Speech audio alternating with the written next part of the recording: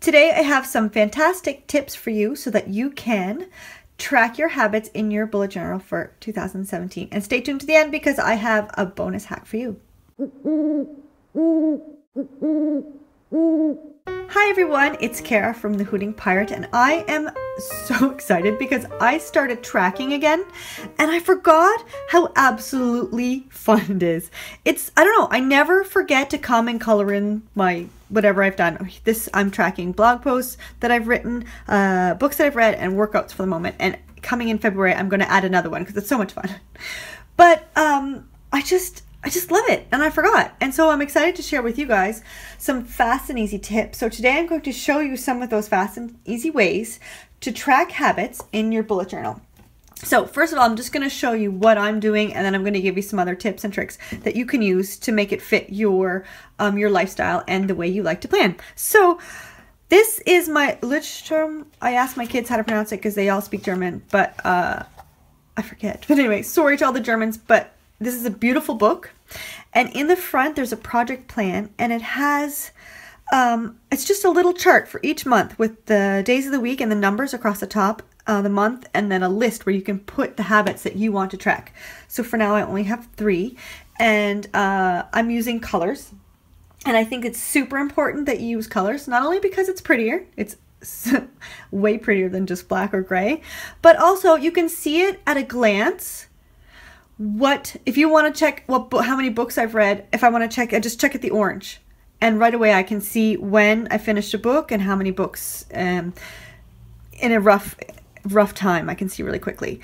And then once I've done that, then over here I go in and I say exactly what the workouts were. Like this day I did arms and back, that day I did thighs. So it's but you don't have to go into the detail. You can if you want to, but I haven't. So another tip with the color before we go on to the other ideas that I have is you don't have to actually color in the boxes. You don't even have to have the boxes if you don't want. You can just have the numbers across the top, the habits that you're tracking, or even the other way around. You can have the habits on the top and the numbers down the side, and then you can just use a colored dot instead. I like the colored squares because it's just fun and it's a lot more color for me, but some people are more minimalistic, I guess, so they might want to use a dot. So let's look at another way of tracking. You don't have to use boxes. There's lots of printables and other ways online that you can get, or you can make yourself to track. This is from Seaside Stickers, and it's basically a bookshelf with empty books. And as I read books, I just put this in here today, but I'm going to color them. I've done 3 so far, and the book I'm reading right now is over 1,500 pages, so I won't be done soon. But anyway, I'm going to color these in, and my goal is 52 for the year, and there are more here. But maybe that'll encourage me to read more. But if not, I can always just color the ones in black or put a sticker over those. So if you want to do something a little bit more creative, you can. But if you're just starting out, it's probably a good idea to just stick with this, maybe even just for a month or 2 before you go on to other things. For 2017, I just had a list of them. So being able to write the titles, because I love to read and I love to look back at what books I've written. So I thought I'd do this as a different thing this year. So you can draw these yourself, but there's lots of free printables online. This is one I got from Clemintine Creative, and you could just print these off, and they're a lot of fun. Stay tuned. In a minute, I'm going to show you a hack with this sheet so you can use it for other things as well.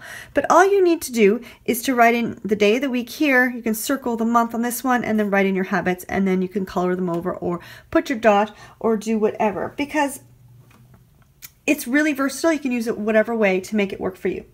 So one thing I want to be not cross about, a bit stern maybe, is when you're tracking, don't start tracking a whole bunch of new habits at once.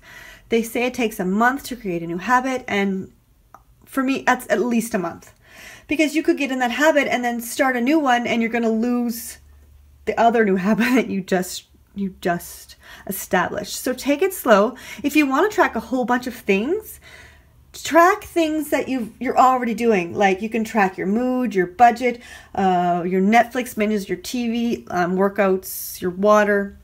There's all kinds of things. There's lots of lists online of things that you can track, but please only start with one new habit a month, because if you try to do too many at once, you're going to get frustrated. You're going to feel like you're failing, even though you're not, because it's really impossible to try to do that many new habits at once. So if you want the fun of tracking, start with tracking things that you're already doing, and then you can add in the new things as time goes on. Because tracking is a fantastic way to reach your goals. It's sort of data. You can look back and see how you were doing things, what you were doing, and when you were doing them. And it just makes, and plus starting a new habit helps you get towards that goal. So if you want to lose weight or run a marathon, you can see when you trained or whatever. If you want to drink less coffee, you can, if you have to write it in every time that you drink more coffee or soda, you're gonna probably do it less. So let's get into the bonus hack for this. Let's say you want to track something daily, like your water intake, or things like the Coke. If you want to drink less Coke, something daily. So what I've done is this is the exact same sheet. What I did was I cut it up and I stopped at 24. So this is going to be a day, and these are the hours. So what I took for an example was a new mother with a new baby. So you can track sleep, feeding, and diaper changes, and the mood of the baby.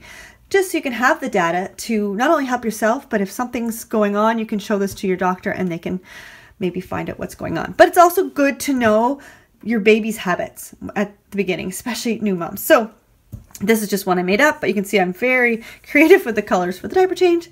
You can see maybe the baby gets a bit upset before that diaper needs changing, and then sleep habits. So just cut it off at 24, and then you have a daily tracker from a monthly tracker, and you could do the same thing for weeks. You can cut off at 7.